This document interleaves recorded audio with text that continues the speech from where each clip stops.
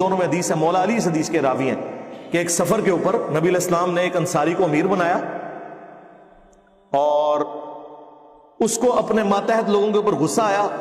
تو اس نے کہا آگ کا ایک الاؤ جلاؤ بہت بڑا، اور جب وہ جل گیا تو اس نے کہا میں تمہارا امیر ہوں، میری اطاعت رسول اللہ کی اطاعت اور رسول اللہ کی اطاعت اللہ کی اطاعت ہے، میری نافرمانی رسول اللہ کی نافرمانی اور رسول اللہ کی نافرمانی اللہ کی نافرمانی ہے، لہذا میں تمہیں حکم دیتا ہوں آگ میں چھلانگ مارو۔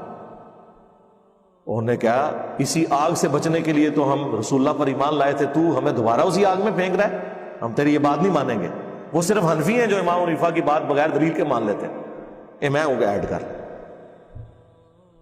چاہے تیرا مرتبہ تیرے گھوڑے کے قدموں کی خاک بھی امام حنیفہ سے افضل ہے ہمارے نزدیک، لیکن تیری تقلید نہیں ہم کریں گے۔ سرکار اس زمانے میں تو یہ کہانیاں نہیں ہوتی تھی نا، اس وقت تو اللہ رسول کی بات ہوتی تھی عز و جل و صلی اللہ علیہ وسلم۔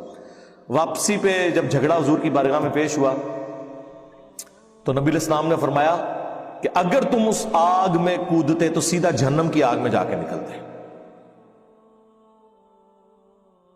مخلوق کی اطاعت صرف معروف میں ہے، منکر میں نہیں۔ اللہ کی نافرمانی میں مخلوق کی اطاعت نہیں ہے۔ یہاں پہ بزرگ بابوں اور علماء کی اندھی تقلید کے اوپر آپ کو لگایا ہوا ہے۔ سرکار اگر صحابہ اکرام کا یہ سٹیٹس ہے تو تھوڑے بابے تو شاہی کوئی نہیں،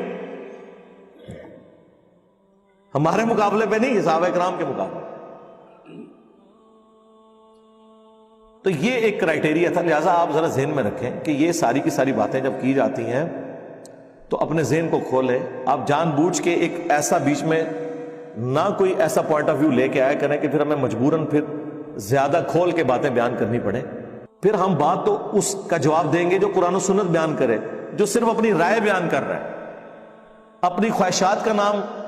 یا اپنے نیریٹو کا نام اس نے دین رکھا ہوا ہے۔ خواہشات نہیں میں کہتا، بدگمانی نہیں کرتا، اس کی باتوں کو ہم کیا اس کو ریبٹل کریں؟ ہم پیش کرتے ہیں قرآن میں لکھا ہوا ہے، بخاری میں لکھا ہوا ہے، مسلم میں لکھا ہوا ہے۔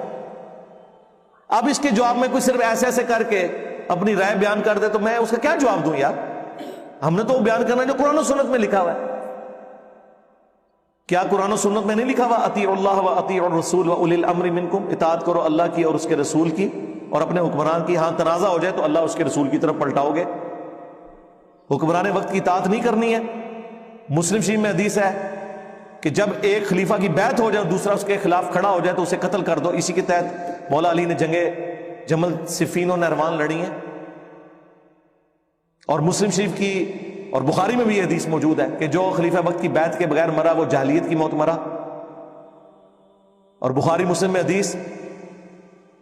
کہ فتنوں کے دور میں جماعت المسلمین اور ان کے امام کو پکڑ لینا، یہ آج کی جماعت المسلمین نہیں، یہ امام سے مراد خلیفہ وقت ہے، اس کو آپ نے پکڑنا ہے۔ تو ہم نے مطلب قرآن و سنت کے دلائل کو دیکھنا ہے۔ اور میں آپ کو بتاؤں جن لوگوں کو اپنی زندگی میں یہ بات اوائل میں نہیں سمجھ آئی نا، اینڈ پہ سمجھ آ گئی ہے۔ عبداللہ بن عمر کے بارے میں مجمع الزوائد میں اور المستدرک للحاکم میں آتا ہے،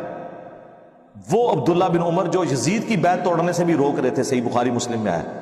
یہی جب اپنے موت کے وقت پہنچے ہیں تو کہتے ہیں مجھے پوری زندگی کسی بات کا غم نہیں ہے سوائے اس بات کے کہ میں نے حضرت علی کے ساتھ مل کر فقہ باغیہ کے خلاف قتال کیوں نہیں کیا، مجھے کسی نماز روزہ کوئی چیز میں نے نہیں چھوڑی سوائے اس۔ تو عبداللہ بن عمر کو 34 سال کے بعد جو بات سمجھ آئی، 74 ہجری میں جب بنو امیہ نے انہیں قتل کروایا، بخاری میں آتا ہے پاؤں میں